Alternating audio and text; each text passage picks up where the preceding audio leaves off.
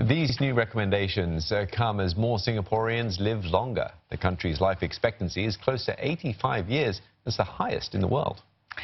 Now let's look at a person who was 62 in 1999. They would have lived till around 80. In 2017, a person of the same age lived 5 years more. Even though Singaporeans live longer, the number of years spent in poor health has also increased.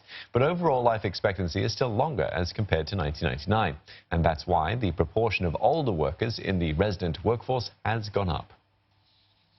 In the next decade, experience the most significant demographic shift of our generation.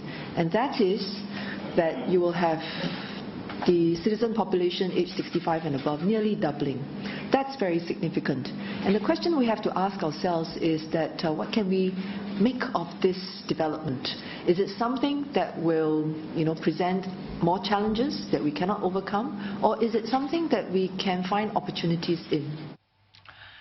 Last year, almost 25% of Singaporeans in the resident workforce were at least 55 years old. But 10 years ago, this group accounted for only 15% of the workforce. Meanwhile, authorities expect the number of citizens over 65 to double over the next decade to 900,000 by 2030.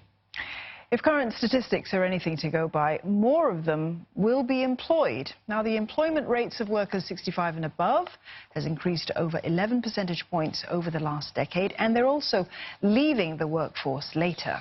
This explains the recommendations to raise the retirement and re-employment ages both by 3 years by 2030. The first step in the changes will happen in 2022, but the Public Service Division will do it 1 year earlier. From the 1st of July 2021, it will up the retirement age from 62 to 63 and re-employment age from 67 to 68. More than 2,000 officers turning 62 and 67. That's between 1st of July 2021 and the 31st of June 2022. They're going to benefit from this.